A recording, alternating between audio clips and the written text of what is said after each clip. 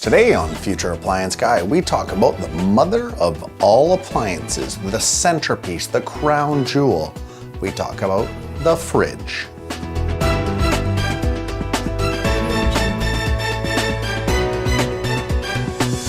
Hello and welcome to another episode of Future Appliance Guy, where we find the perfect appliance to make your home complete.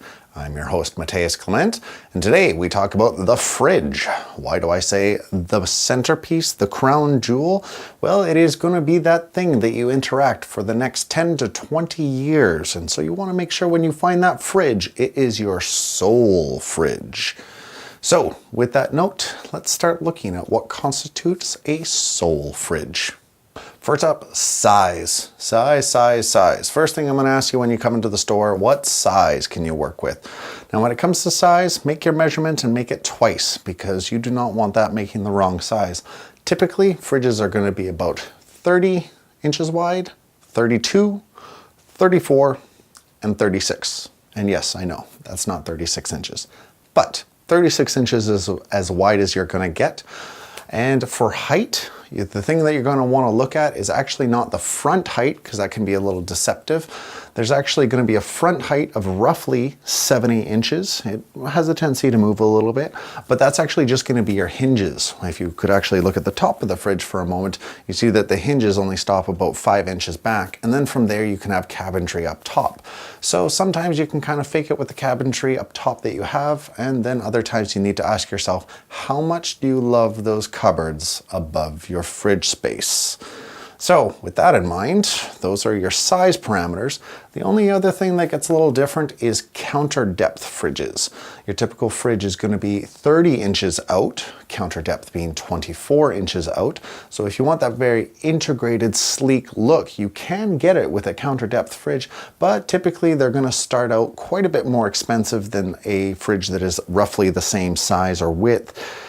As an example, an entry-level counter depth fridge is going to run you roughly $1,300 and all the way up to $3,000 if you want to be able to get the maximum cubic footage, which is roughly 26 cubic feet, but you're going to be starting at about 18 cubic feet when you're talking counter depth. But if you're not looking at counter depth, then you can get all the way up to 30 cubic feet, depending on the size of your family and your needs. So when you're looking at fridges, there's a few other things that you need to look at. After size, we talk about style. You have a few different styles that you can go for. You can go for the all fridge, which has no freezer in it, and there's a pretty limited selection. I believe Frigidaire is one that we carry. But if you are going to go for a fridge freezer combo, you can either go with a top mount freezer, a bottom mount freezer, the side-by-side where one side is your fridge, one side is your freezer, and also the French door style, which can come in 3 or 4 doors, depending on your needs. When you are looking at the bottom mount or French door style, you want to be cognizant of the fact that if it, let's say you get 30 cubic feet is what it's rated for, 1/3 of your space is usually allocated to the freezer on the bottom or the top. And so you're actually only getting 20 cubic feet of fridge space and 10 feet of freezer space.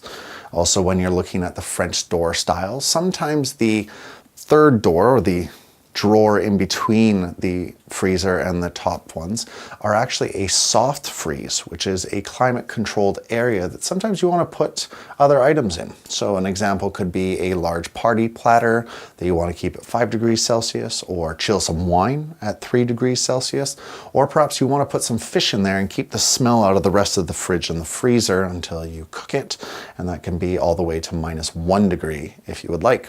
So you have the option of a climate control, or sometimes that the 2 bottom drawers are both freezer, but they allow you to separate your freezer needs a lot more accurately. Now the benefit of the freezer on bottom style is definitely for people who have height challenges, but also just kind of a convenience issue. You have to ask yourself how often you are actually accessing your freezer compared to accessing your fridge. And so it is also a little more energy efficient to have your freezer on the bottom. So those are things that you need to think about for your needs, whether or not you want a side-by-side, a freezer top, freezer bottom, or the French door style. Another feature that a lot of people are looking for are ice and water in the door. Now these come in a few different varieties. You can either have one that's completely recessed so that you can actually fit a glass in there and get your ice, whether it be crushed or cubed, as well as your water. Of course, you're going to have water piped up to your fridge, which is a pretty simple installation, but you can also get services from us. And the ice feature can also be found in some bottom mounted fridges where the freezer is on the bottom, and there's actually an ice machine down there that will actually generate your ice for you. So if you're still wanting that very sleek interface look, but an ice machine built in, that is available in some fridges. And also there are some fridges that will maintain the very sleek exterior. And then what happens is you open your door, and just on the inside of the hinge there's actually a water faucet that will give you chilled water.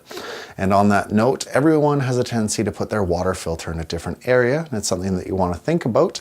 LG and Samsung do a very good job of tucking away their water filters in very discrete areas that don't actually eat into your fridge space. GE still has a tendency to put their water filter in the top right-hand corner. It's very similar to an oil filter, and I personally don't like it there if I can avoid it, just because I feel that it eats into fridge space a little bit, but it's not the end of the world. Water filters are very easy to replace and should be replaced about once a year and run anywhere from $40 to $60. And last but not least are a few of the bells and whistles and the technology that have changed fridges in the last few years.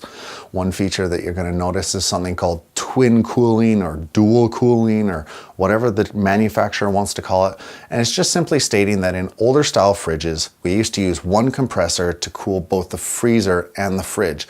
This could sometimes result in putting stuff in the freezer, such as fish, and what it would do is that smell would transfer into the upper compartment of our fridge and cause a bit of a smell up.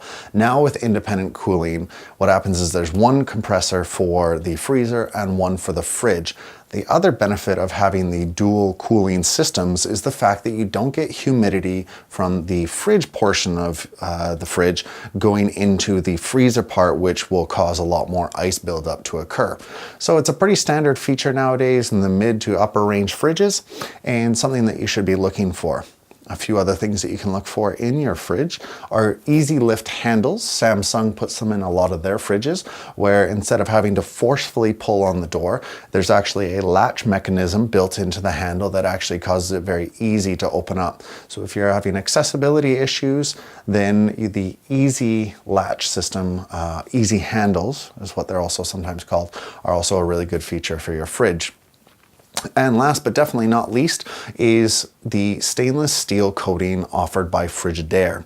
If you love the look of stainless steel but just can't quite bring yourself to cleaning and maintaining it, Frigidaire has a proprietary coating that they put onto their stainless steel on their Pro and Gallery series, which make them finger proof, which if you find that you have lots of kids or dogs, that could be pretty handy. And even when they do get smudged up, it's just a warm cloth to be able to take all of that off.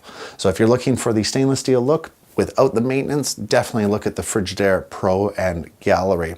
Oh, and there's one other cool feature I would like to mention coming in the LG and Samsung fridges as of late is a diagnostic tool, which will actually work with a smartphone app to tell you what is the matter with your fridge. And this can range from ice machine blocked, fridge isn't sealing, compressor failing, mechanisms not working, and it's actually just a small speaker that works with your smartphone. You can check out that app in one of the links down below. So hopefully that answered all of your questions about fridges and freezers today. If you have any other further questions and need assistance, please feel free to email me at futureapplianceguy@gmail.com. And just a friendly reminder that I do work on commission, and if you need help with anything or if you need the best deal of your life, please come in and see me and let's work together. Until then, I'll see you on the next episode of Future Appliance Guy.